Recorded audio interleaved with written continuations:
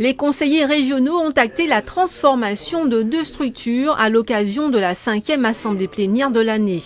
Le comité du tourisme des îles de Guadeloupe, créé en 2004 avec le conseil départemental, ne sera plus une association mais un EPIC, établissement public, industriel et commercial.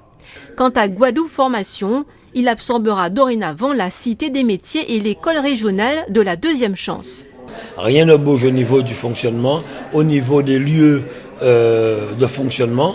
La seule chose, c'est une forme juridique pour pouvoir assurer une pérennité de ces structures qui auront une dotation qui sera contrôlée dorénavant par le payeur ou le percepteur, et plus cette histoire de signature de chèques à gauche et à droite. Donc c'est mettre de l'ordre pour qu'on puisse fonctionner et aller de l'avant. Le comité du tourisme des îles de Guadeloupe garde donc son nom et ses missions qui consistent à impulser la politique touristique de l'archipel.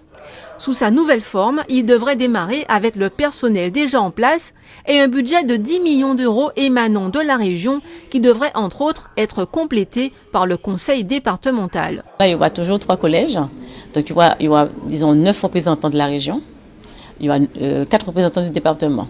Mais les principaux postes de président seront donnés, bien sûr, seront attribués à la région, puisque la région, c'est elle qui donne la plus grande partie des subventions. Au niveau, il y aura aussi des représentants des acteurs touristiques, par exemple les hôtelleries. Au départ, on avait pensé comme de la grande hôtellerie, mais on s'est dit non, il faudrait que toute l'hôtellerie soit concernée. Donc il y aura les hôtelleries, il y aura les gîtes, il y aura aussi les compagnies aériennes.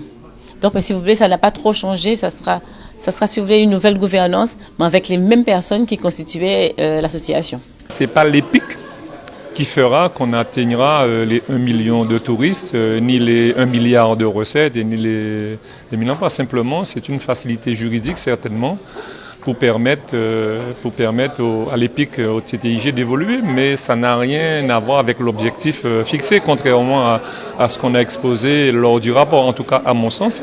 C'est un budget de 25 millions d'euros qui devrait être alloué à Guadeloupe Formation Nouvelle Formule, en plus d'une somme pour épurer les dettes.